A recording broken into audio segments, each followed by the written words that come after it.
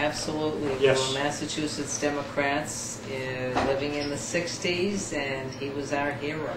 We were Massachusetts residents. I was a Massachusetts Democrat. I was in the Star Market. Star Market is a ShopRite in Maryland. It's a grocery store.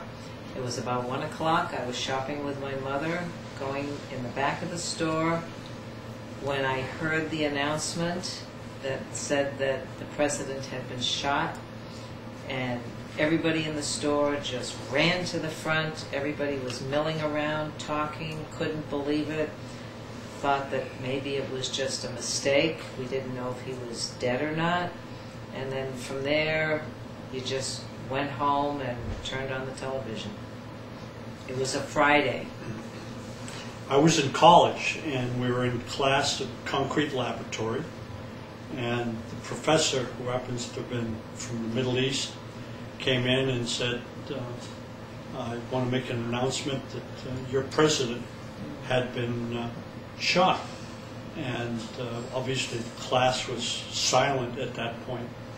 And he said that, what I remember, he says, you can go home, you can leave the class, which we all did, went back to the fraternity house, and started watching the TV as to what was going on and what happened.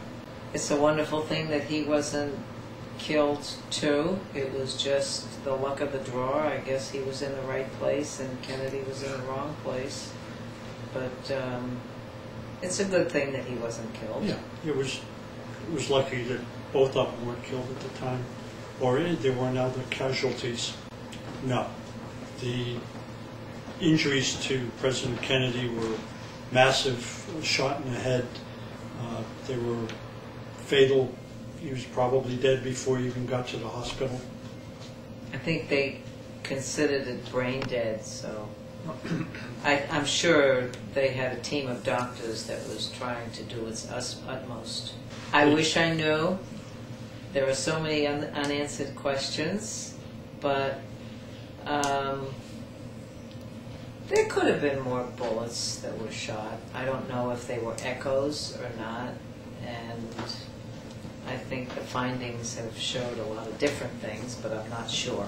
I believe that there were only the 3 shots. While there's been some controversy whether there was a conspiracy, the only proof that they have at this point in time was that Lee Harvey Oswald was the killer, and he was the one firing from the book depository. So I don't think that there was a conspiracy. It's very possible, but ever so coincidental, but they do their testing so delicately and so specifically that I'm not an expert. I couldn't say. There has been a lot of people looking at what actually happened that day, and nobody's come up with any conclusive proof that there was anything other than the 3 shots. And I'm not too sure that whether it was a magic bullet or not, there's nothing to prove anything otherwise. I think he fired the shot that killed President Kennedy, yes. Whether he had any accomplices that got away that were never discovered, I don't know. But I think he was the instrument, the main instrument in Kennedy's death. The idea of somebody else helping Lee Harvey Oswald and no evidence being found to this date of these other people sort of indicates to me that there was nobody else, that he acted alone. I'm sure they always do. I don't think we ever know the whole truth, and I don't think we are supposed to know the whole truth.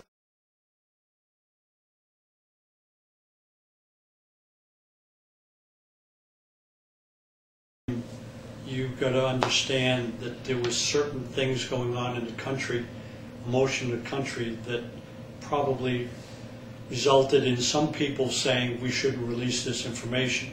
It eventually came out. So the attitude of the country at that time was very, very different right after the assassination than it was 10, 15, 20 years later. There was undoubtedly some information that was kept from being publicized at that time because of the emotions of the country and because of the fact that they probably were not sure of just what it was at the time. But as time goes on, information is being released. So I'm not too sure there's anything else being hidden. I don't think murder is ever justified. No. And he committed murder. It doesn't really matter whether he killed a murderer or not, but that's vigilantism. And I don't think that we in the United States stand behind anything like that. That's probably his excuse. Just his excuse for doing it. I don't believe that at all. His public relations reason for doing what he did. Yeah. He wanted sympathy. So therefore, he would say, "Oh, I did it so that somebody else wouldn't suffer." But I think he did it for the notoriety myself. Their family has had an awful lot of tragedy, but you hear more about their tragedy than our tragedy or someone else's because they're so famous. But yeah, I think they've had more than their share of mishaps. Whenever deaths. people try and get into public life like they have, where they've done not only the political but also the other stuff that they've been so noted for, there are always people on the outside who try and stop that type of thing, figuring that they're going to become famous for getting involved in it. They've had a lot of tragedies in life, but I think it's just the fact that they're so much involved in what goes on. And they have so many people that are in politics that would probably lend people to trying to harm them. And they've had just accidents. Yeah, I believe in the death penalty where it's warranted, and he killed somebody that he shouldn't have. He shouldn't have killed anybody. But by killing Oswald, there are still a lot of unanswered questions that maybe we would have found the answer to. In Texas at the time, first-degree murder resulted in the death penalty. He got convicted of first-degree murder, so he got the death penalty. The political result in changing it from death penalty to whatever sentence he had, that was purely a political decision made by the people in Texas. From start to finish. Everybody in the country did. I think if you didn't have a television in those days, you went to somebody's house and you watched it. I don't think anybody went to school during that time. I don't know why they would say that, except that I just read recently also that his head went, was it back? But it also did go 2.3 inches forward, which I know because I just read it. And I think he was shot from behind. I don't know why they would say that, but there's no reason for them to say it unless they were asked by the government to withhold information. You can understand that at the time, there had been no autopsy done on the body. They had no idea as to where the shots came from other than Oswald was seen at the book depository. There was a lot of information that was not known at the time the doctors made their press conference. I wouldn't be surprised if somebody looked at the wound that came from Kennedy's throat and said this looks like an entrance wound versus an exit wound.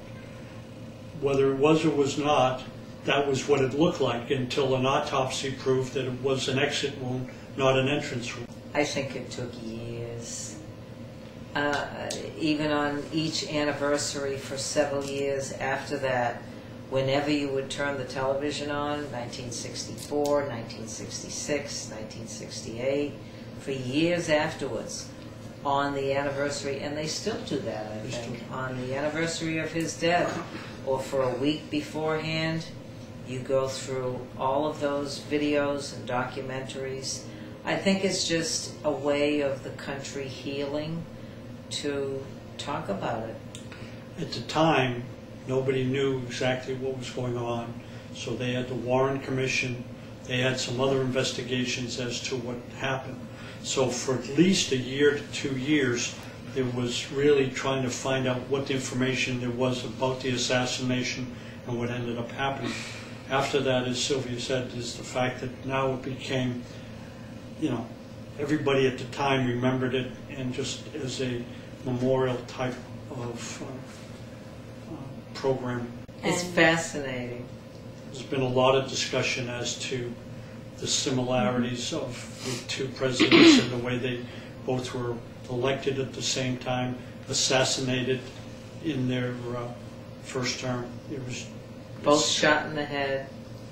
There are a lot of coincidences that people look at, and you wonder if it may sound silly to a lot of people. I don't know that I believe that, but they talk about reincarnation.